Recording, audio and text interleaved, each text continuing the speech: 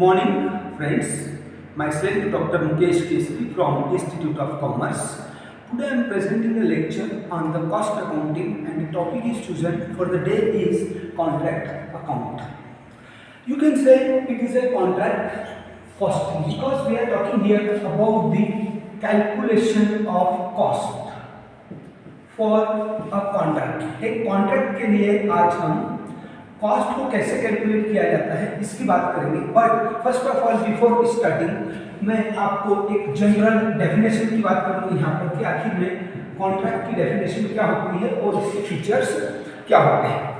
When we talk about contract, contract मतलब आप जैसे कि पहले से जानते हैं जब हम कॉन्ट्रैक्ट एक्ट पढ़ते हैं तो कॉन्ट्रैक्ट के लिए दो पार्टीज का होना जरूरी है। एक के व्यक्ति की तरफ से प्रपोजल आएगा and second one will be accepted it. तो ये एक्सेप्ट जैसे होता है, प्रपोजल की एक्सेप्टेंस जब होती है तो इसको हम कहते हैं कॉन्ट्रैक्ट। अब हम यहाँ कौन से कॉन्ट्रैक्ट की बात कर रहे हैं? हम लोग यहाँ पर उस कॉन्ट्रैक्ट की बात कर रहे हैं जिसका रिलेशन, जिसका संबंध होता है बिल्डिंग को बनाने से या ब्रिज बनाने से या रोड बनाने से हो सकता है, या कोई मशीनरी, हेवी मशीन्स पे कंस्ट्रक्शन से संबंध भी इसका हो सकता है। इट मीन्स मैं आपसे ये कहना चाहता हूँ कि हम लोग जिस कॉन्ट्रैक्ट की यहाँ पर बात कर रहे हैं वो कॉन्ट्रैक्ट अपने आप में यहाँ पर कंस्ट्रक्शन से रिलेट करता है।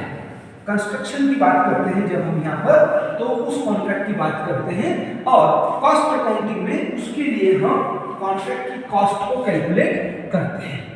जब हम बात करें टाइप ऑफ कॉन्ट्रैक्ट की तो एक कॉन्ट्रैक्ट होता है जो कि किसी एक साल में जो भी गिवन पीरियड है, सपोज 1 अप्रैल से हमारा अकाउंटिंग ईयर स्टार्ट होता है and it is to be close on 31 March of next year through the calendar year. तो इसको हम बोलेंगे यदि इस पीरियड में हमारा कॉन्ट्रैक्ट कंप्लीट हो जाता है so this is called contract is completed.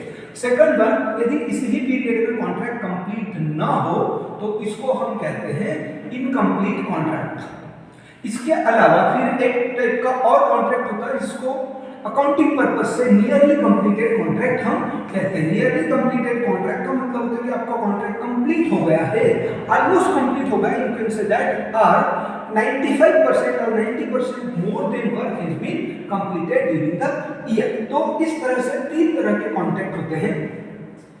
अब यदि हम आगे बात करें इसकी अकाउंटिंग की तो इसमें हमें क्या क्या अकाउंटिंग ट्रीटमेंट करने होते हैं। अकाउंटिंग ट्रीटमेंट की यदि बात करें हम तो before talking about the accounting treatment first of all we should know that from the example that के कॉन्ट्रैक्ट में आखिर कंटेंट क्या होते हैं, आखिर इसमें कौन कौन से चीजों की या कौन कौन से आइटम्स लगते हैं जिससे हमारा कॉन्ट्रैक्ट कंप्लीट होता है। दोस्तों आप जानते हैं जब हमने कॉस्ट अकाउंटिंग में जब हम कॉस्ट शीट की बात कर रहे थे तो कॉस्ट शीट में हमने पढ़ा था डायरेक्ट मटेरियल के बारे में, डायरेक्ट लेबर के बारे में और ओवरहेड के बारे में। ओवरहेड हमने 2-3 अलग-अलग तरह के पढ़े थे जिसमें कि फैक्ट्री ओवरहेड की बात करते हैं, ऑफिस ओवरहेड की बात करते हैं, सेलिंग एंड डिस्ट्रीब्यूशन ओवरहेड की भी यहाँ पर हम लोग बात करते हैं। तो ये सब ओवरहेड और मटेरियल वगैरह इनको इकट्ठा करते हैं तो इसको जैसे आप इसका टोटल करने के ऊपर जाते हो तो इसका टोटल जो कहलाता है